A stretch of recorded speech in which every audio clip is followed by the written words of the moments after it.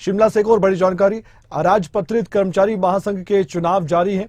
आज अराजपत्रित कर्मचारी महासंघ को नया अध्यक्ष मिलने जा रहा है। पूर्व अराजपत्रित कर्मचारी महासंघ के अध्यक्ष भी मंच पर ही मौजूद हैं। सभी जिलों के अध्यक्ष, डेलीगेट्स और कई कर्मचारी संगठनों के प्रतिनिधि भी मौजूद हैं। ज्यादा जानकारी के लिए सीधे हम बातचीत करते हैं हमारे ब्यूरो प्रदीप ठाकुर से। प्रदीप, चुनाव कैसे होते हैं, क्या प्रक्रिया होती है, एक बार दर्शकों को बताइए। अराजपत्रित महासंघ के बारे में भी थोड़ी सी जानकारी दर्शकों तक पहुंचाइए।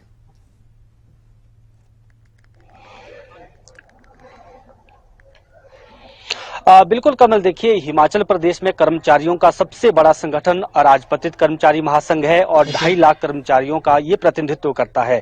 और जब भी कोई सरकार सत्ता में होती है तो वह अराजपत्रित कर्मचारी महासंघ को मान्यता देती है और उसी संघ के साथ फिर जेसीसी संयुक्त समन्वय समिति की बैठक होती है, जिसमें अराजपत्रित कर्मचारी महासंघ ने जो कर्मचारियों के मुद्दे दिए होते हैं उसको लेकर मुख्यमंत्री की अध्यक्षता में डिस्कशन की जाती है।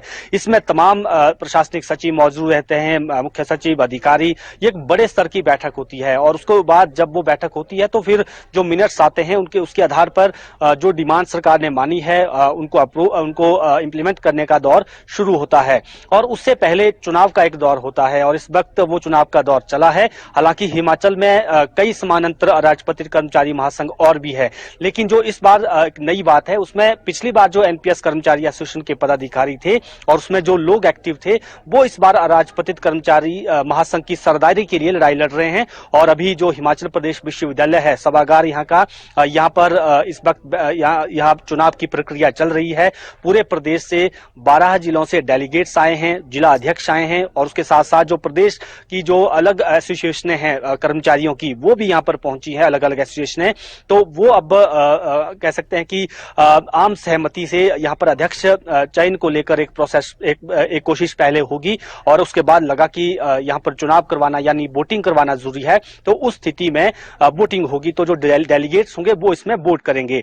लेकिन अभी जो हमें लग रहा है कि यहाँ पर जो भी होगा वो आम सहमति से होगा। और प्रदीप ठाकुर जो एनपीएस कर्मचारी एसोसिएशन के महासंघ के प्रदेश अध्यक्ष हैं इस वक्त भी और ओल्ड पेंशन स्कीम के लिए एक लंबी लड़ाई लड़ी है, तो उनके लोग ज्यादातर चुनकर आए हैं। इस जो जिला स्तर की कार्यकारिणी आई है और अभी भी उनका प्रबल दावा है और अभी देखना होगा कि इसी बीच एक बड़ी जानकारी आ रही है, उस पर मैं आपसे बातचीत करना चाहूंगा। इसी से जुड़ी ये खबर है, हिमाचल प्रदेश अराजपत्रित कर्मचारी महासंघ के अतिरिक्त महासचिव और अध्यक्ष गैर शिक्षक कर्मचारी महासंघ हिमाचल प्रदेश त्रिलोक ठाकुर ने एक बयान में कह दिया है कि शिमला में जो चुनाव चल रहा है अराजपत्रित कर्मचारी महासंघ का, वो पूर्णतः असंवैधानिक है। उन्होंने कहा कि हिमाचल प्रदेश अराजपत्रित कर्मचारी महासंघ का अपना एक संविधान है, इसके अनुरूप प्रदेश अराजपत्रित कर्मचारी महासंघ के चुनाव होते हैं, जबकि जो चुनाव होने जा रहे वो नई पेंशन स्कीम कर्मचारी के चुनाव। त्रिलोक ठाकुर ने यह भी कहा कि हिमाचल अराजपत्रित कर्मचारी महासंघ के चुनाव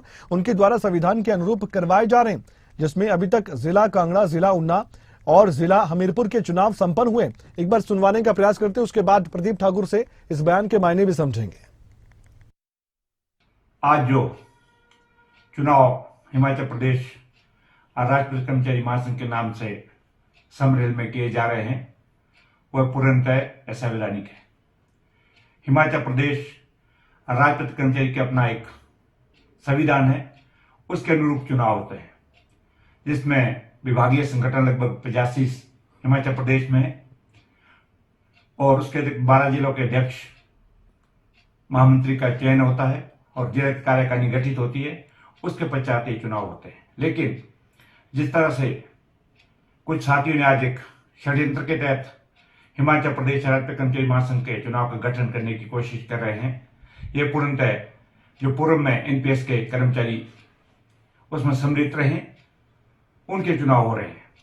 उन्होंने जो पूर्व की कार्यकारिणी है उनको ही जिले का नेतृत्व दिया और विभागीय संगठन में कोई ना कोई खंड स्तर पर चुनाव प्रॉपर किया, ना विभागीय संगठन के चुनाव किए।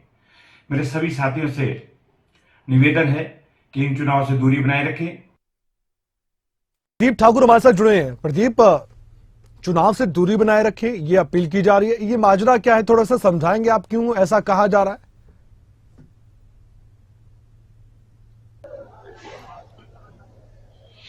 बिल्कुल, देखिए हिमाचल में हमेशा देखा जाता है कि जब भी कोई सरकार बनती है और जब अराजपत्रित कर्मचारी महासंघ की सरदारी की बात आती है तो गुटों में यहाँ पर बंट जाते हैं।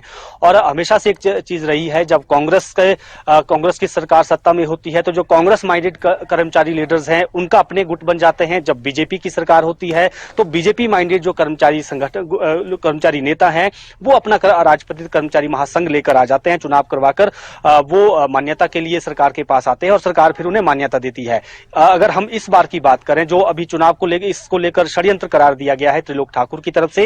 हालांकि 2012 से लेकर 17 की जो वीरभद्र सिंह सरकार थी उस वक्त जिस संगठन को मान्यता मिली थी वो एसएस जोगटा गुट को मान्यता मिली थी और उसी महासंघ में जो त्रिलोक ठाकुर हैं, गैर शिक्षक कर्मचारी महासंघ के भी प्रदेश अध्यक्ष हैं, ये अतिरिक्त महासचिव उस संगठन में थे, यानी इनके संगठन को उस वक्त मान्यता मिली हुई थी।